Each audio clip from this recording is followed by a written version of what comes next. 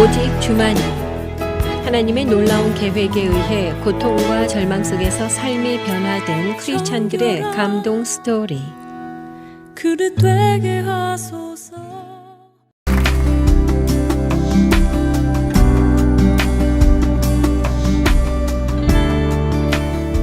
안녕하세요. 춘천 한마음교회 김형준입니다. 저는 오랜 시간 여호와의 증인에 빠져 긴 시간을 헛되이 보내고 종교라는 것에 신문이 났던 사람입니다. 그런 가운데 하나님께서 주신 증거인 예수님의 부활을 통해 알게 된 진실을 나누고자 합니다. 저는 초등학교 시절부터 어머니를 따라 여호와의 증인이 되어 왕국회관이라는 곳을 다니게 됐어요. 그곳에 있는 사람들은 제가 볼 때 좋은 사람들이었습니다. 인품도 좋고 성실하였으며 험한 말은 입에도 담지 않았고 선량한 사람들이었거든요. 그곳은 열정적으로 예배를 드렸고 예배 시간에는 그들이 만든 책자를 읽고 설명을 들었어요. 저는 점점 자라면서 그곳에 있는 시간이 많아졌고 형들 누나들과 친하게 지내게 됐어요. 일주일에 한 번 소모임이 있었는데 저는 동네 대학생형과 그룹이 되어 집을 방문해서 책자들을 공부했던 기억이 납니다. 책자들은 외국에서 성경을 전문적으로 연구한 사람들이 만든 것이었어요. 보통 두세 달에 한 번 나왔고 그 외에도 몇 권의 서적들이 더 있었습니다. 그때 당시 만들어진 책자들은 읽었지만 성경은 제대로 읽어본 적이 없었어요. 어렸던 저는 이런 환경 가운데 자라다 보니 이것이 진리이고 확실한 종교라고 생각했어요. 만들어진 책자에는 이쁜 사파가 그려져 있었고 논리적인 내용이 많았기에 저는 이 종교가 맞다고 생각하며 이 착한 사람들과 평생을 같이 해야겠다는 생각을 하였거든요. 여호와의 증인에서는 책자를 통해 구약 성경을 공부했고 구약에 있는 금기 사항을 지키게 되었어요. 구약 성경에 피를 먹지 말라고 해서 순대같이 생피가 들어간 음식을 먹지 않았고요. 이런 이유로 수혈도 하지 않았습니다. 또한 하나님만 경외하라는 말씀 앞에 국기에 대한 경례도 하지 않았고 하나님은 사랑이고 모든 사람과 평화라고 해서 군대에 가서 총을 들지도 않았어요. 이렇다 보니 학교에서 일주일에 한 번 야외 조회 시간이 있었는데요. 조회 시작 전에 국기에 대한 경례를 하고 시작하는데 전교생 중에 저만 경례를 하지 않고 서 있었어요. 이렇게 움직인 것은 이것이 진리라고 믿었기 때문입니다. 친구들과 선생님들은 저를 이상하게 보았지만 저는 자부심을 느끼며 이 금기 항목을 지키고 있었어요. 이런 생활이 반복되니 학교에서는 부모님을 모셔오라고 했고 한 번은 아버지가 학교에 오시기까지 했어요. 집에서는 어머니와 저만 여호와의 증인이었고 아버지께서는 무교셨습니다. 저희 집은 스포츠 용품 업체를 하였는데 집회에 참석하느라 가게 문을 닫을 때가 많았어요. 이렇다 보니 아버지와 부딪히는 일이 많았고요. 일주일에 한 번은 집안에서 싸움이 일어났습니다. 아버지께서는 종교에 너무 빠져있다고 하시며 화내기 있었고 저희는 그것이 핍박이라고 생각했어요. 여호와의 증인에서는 진리는 핍박을 받는다고 공부하였고 항상 그 성경 구절을 보았거든요. 그래서 저 역시 이런 핍박들이 당연하다고 생각했어요. 초등학생 말 무렵부터 저는 양복을 입고 서류 가방을 들고 어머니를 따라 전도하러 다니곤 했어요. 다른 건 다 참을만 했지만 위아래로 흰색 양복은 참을 수가 없었어요. 그 양복을 입고 시장에서 전도를 하는데 같은 반 여자애들 지나가면서 어머 쟤 뭐야 하는 거예요. 정말 창피했습니다. 하지만 저 역시 그들이 가르치는 낙원에 가야 할게 열심히 전도했어요. 시간이 지나 저는 중학교 3학년이 됐어요. 저를 가르쳤던 대학생 형은 자신은 믿음을 지키기 위해 군대에 가지 않을 거라고 이야기하더니 재판을 받고 교도소로 갔습니다. 저는 그 형을 보면서 나 또한 이 길을 가리라 막연하게 생각했어요. 진리는 핍박을 받기에 그리고 제 주위의 모든 사람이 그렇게 살기에 이 삶이 어렵거나 의심되지 않았거든요. 저는 정말 어린아이같이 모든 것을 순수하게 믿으며 가르침 받은 대로 생활하고 있었습니다. 그러던 어느 날 어머니께서는 갑자기 춘천으로 이사를 가야겠다고 제게 말해주었어요. 저는 집이 어려워서 이사를 간다고만 생각했어요. 그래서 동생과 어머니가 먼저 이사를 갔고요. 저 또한 몇 달 후에 이사를 가게 되었는데 이사를 온 후 충격적인 사실을 알게 되었습니다. 어머니께서 개종하신 것입니다. 믿음의 삶이 어머니로부터 시작이 되었는데 그런 어머니께서 교회를 나가시는 거예요. 집안의 어려운 형편 때문에 돈이 필요해서 개종했구나. 나만큼은 여호와의 증인 삶을 지켜야겠다 생각했어요. 그래서 춘천에 있는 여호와의 증인 지부를 알아보고 있었어요. 몇 달 후에 제가 다니던 여호와의 증인 서울 지부에서 찾아와 어머니를 만난 일도 있었지만 어머니는 단호하게 성경 말씀을 가지고 무엇이 맞는지 그들에게 설명해 주었고 그들은 몇 번 오더니 더 이상 찾아오지 않았어요. 그래서 저는 어쩔 수 없이 교회라는 곳을 나가게 되었습니다. 교회에 처음 들어서는 그날을 잊을 수가 없어요. 처음 듣는 찬양 그리고 설교 말씀, 이 많은 부분이 이해가 되지 않았지만 예수님에 대해서 얘기하고 있더라고요. 설교 중간에 요한복음 13장 2절을 얘기하며 마귀가 주는 생각을 끊어야 한다고 했어요. 세상 어떤 곳에서도 들어보지 못했던 말이었습니다. 속으로 생각했습니다.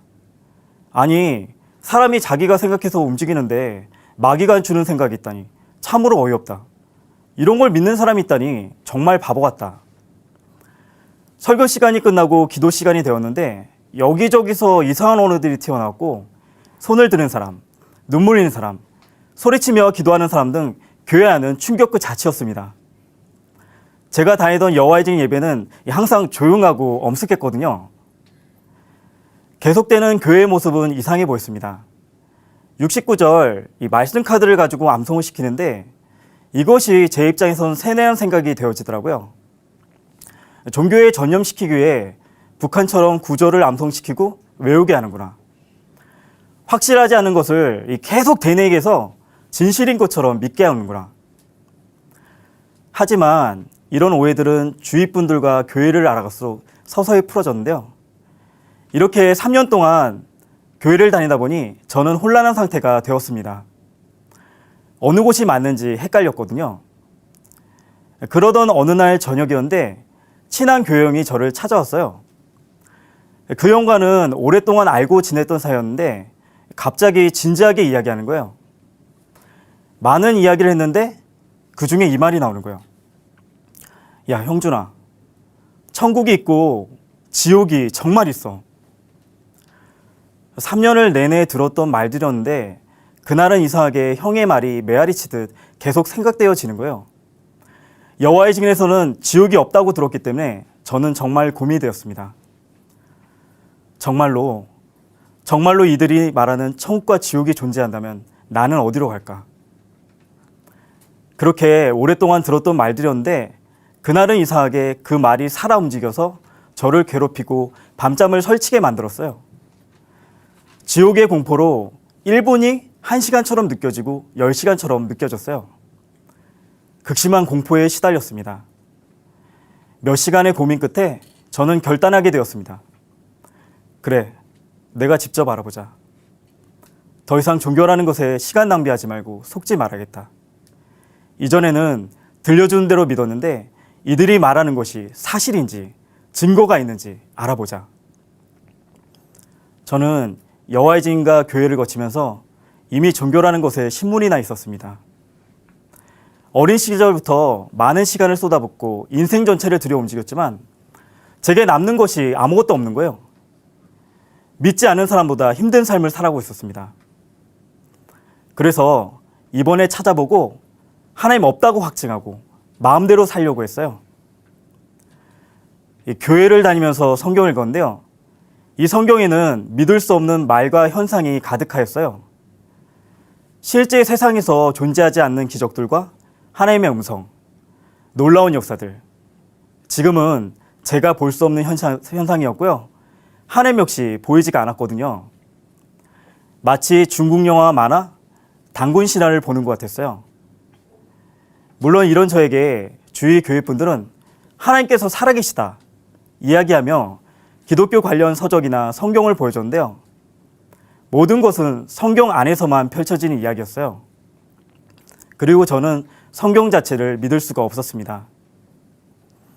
그래서 증거를 찾아보겠다고 나선 곳은 대형 서점이었어요. 종교를 믿지 않은 사람들은 성경에 나와 있는 인물과 사건을 어떻게 표현했을까? 저는 일단 교회에서 이야기하는 예수가 실존 인물인지 궁금했어요. 왜냐하면 기적들을 행했기에 머릿속 한쪽에서는 가공의 인물이라는 생각이 들었거든요. 정말 객관적인 증거가 보고 싶었습니다. 서점에 들어가 영어 백과사전을 펼쳐서 이것저것 찾기 시작했는데요. 저는 너무나도 큰 충격에 빠졌어요. 왜냐하면 사전에 예수란 사람이 있는 거예요. 더 충격적이었던 것은 보통 실제 인물에는 태어난 날짜와 죽은 날짜가 같이 표기되어 있는데 죽은 날짜가 물음표로 표시되어 있는 겁니다. 기절한 줄 알았어요. 눈을 의심하며 반복해서 읽었습니다. 저는 이 책이 기독교 관련 사전인 줄 알고 이 맨 뒷장을 보는데 영락 없는 일반 영어 백과사전이었어요. 사전을 펼쳤다 닫았다를 반복했습니다. 다른 책 부서 쪽을 갔다가 다시 와서 확인했어요.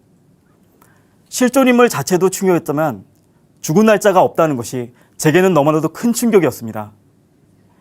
예수님의 부활은 안 믿는 사람도 인정하는 역사적인 사건이었던 것입니다. 성경은 정말 사실일 수 있겠구나 생각이 들었고, 보이지 않는 세계가 인지되는 순간 모든 가치관이 무너지는 것을 알게 되었어요. 그리고 다른 책 부서에서 로마 관련 서적을 보는데 이 저자가 기독교인이 아닌데도 예수 사건에 대해서 서술하면서 한 가지 의아한 것이 있다고 했어요. 바로 사도 바울의 변화였어요. 자신이 역사적으로 정밀하게 분석하고 연구한 사람인데 왜 사도 바울이라는 사람이 처음에는 예수 믿는 사람을 핍박하다가 나중에는 예수를 증거하는 사람이 되었는지 의문한 것이었어요. 충격의 연속이었습니다. 왜냐하면 사도행전에 사도 바울이 부활하신 예수님을 만난 내용이 한순간에 연결되어졌거든요. 사도 바울은 부활하신 예수님을 만나서 삶이 180도 바뀐 거예요. 아니, 전 세계 사람 중에 이 사실을 몇이나 할까? 저는 흥분해서 집에 들어가 형한테 이야기했어요. 형, 이걸 왜 이제서야 얘기했어요? 왜 그동안 말해주지 않았냐고요? 그러자 그 형은, 야, 내가 3년 동안 맨날 얘기했다. 저는 본격적으로 역사책을 찾으러 다녔어요. 이스라엘 역사부터 시작해서 로마 역사까지. 계속되는 놀라운 연속이었지만 한 가지 이상한 일이 있었어요. 모든 것에 대해서 확실하게 확인했는데도 예수님이 믿어지지가 않는 것입니다. 6개월 정도를 연구하고 살폈지만 정작 이 모든 것이 믿어지다니 너무나도 황당했어요. 그러더니 며칠 후부터는 의심이 끊임없이 들기 시작했습니다. 믿으려고 발버둥 치는데도 안 되는 거예요. 역사책을 보는 것만으로는 제게 믿음이라는 것이 생겨나지 않았습니다. 그렇게 시간을 보낸 후 지친 마음으로 방 안에 앉아 있었는데요. 저 눈앞에 성경책이 보이더라고요. 지친 마음이었기에 생각 없이 성경을 읽기 시작했습니다. 그러는 가운데 놀라운 구절을 보게 되었습니다. 로마서에서 그러므로 믿음은 들음에서 나며 들음은 그리스도의 말씀으로 말미암느니라. 머리를 얻어맞는 기분이었습니다. 왜냐하면 저는 여태까지 믿음은 논리가 정확하게 맞아떨어질 때 생겨난다고 생각했거든요. 하지만 성경은 오직 믿음은 그리스도의 말씀으로만 생겨난다고 써져 있었던 것입니다. 그래서 저는 역사책 보는 것을 단념하고 성경을 읽기 시작하였어요. 역사 속에 실존하신 예수님은 정말 충격적인 이야기를 하고 있었는데요. 요한복음에서는 나와 아버지는 하나다. 아브라함이 나기 전부터 내가 있었다고 하시며 이 한마디로 내가 하나입니다. 내가 하나입니다 하는 거예요. 역사 속에 실존하신 예수님은 자신을 신이라고 하는 겁니다. 그래서 신성모독죄로 십자가 형벌을 받아 죽게 되었습니다. 예수님이 누구신가에 대해서 써져 있는 요한복음과 히브리서를 읽으면 읽을수록 제가 여호와의 증인에서 배웠던 하나님보다 낮은 피조물 예수가 아니었어요. 각각의 서신서에서도 이를 증명하고 있었고 창세기까지 모두가 하나님과 동등됨을 말씀하고 있었던 것입니다. 또한 명확한 것은 이사야서 9장에서는 이 예수님을 전능하신 하나님이라고 하는 거예요. 이전에는 여호와의 증인이 맞는지 교회가 맞는지 헷갈렸는데요. 성경을 보면서 여호와의 증인에서 배운 것이 틀렸다는 것을 알게 되었어요.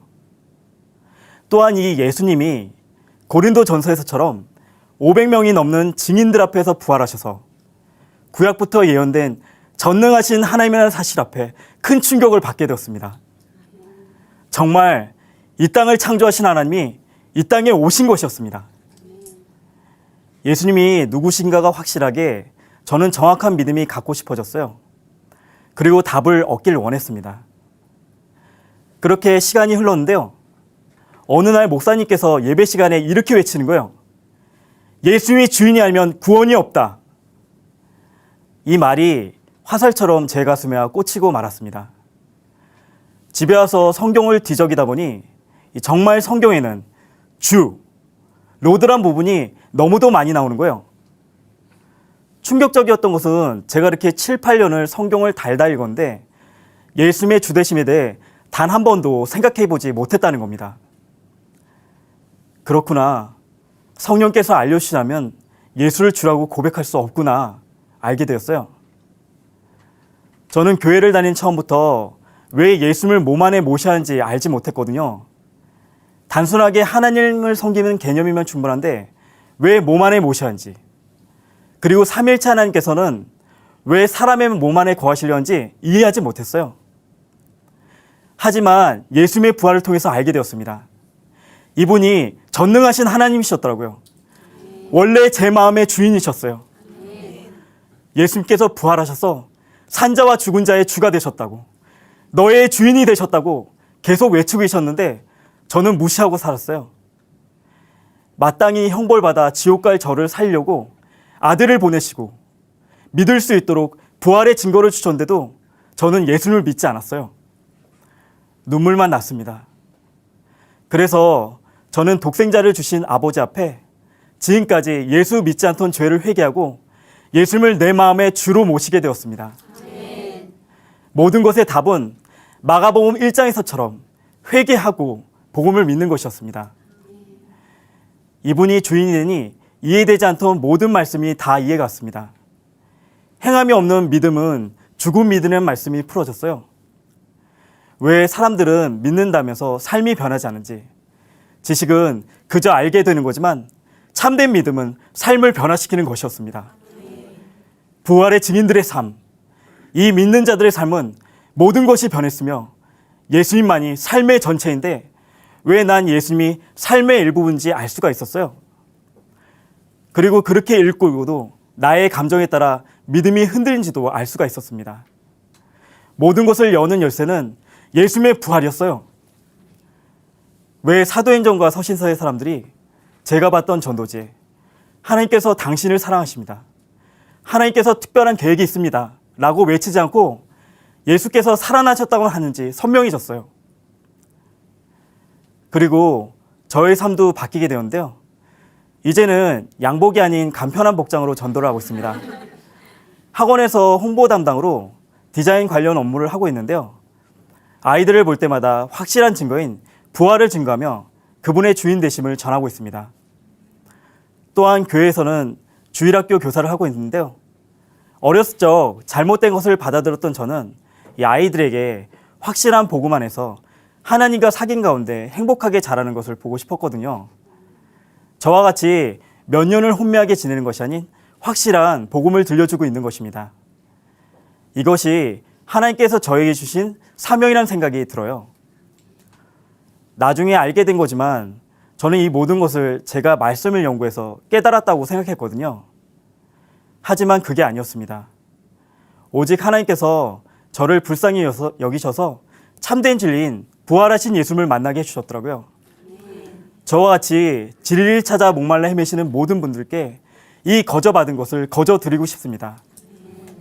하나님께서 저를 긍휼히 여기신 것처럼 모든 사람을 긍휼히 여기셔서 이 복음이 전해지기를 저 또한 간절히 기도하겠습니다. 감사합니다.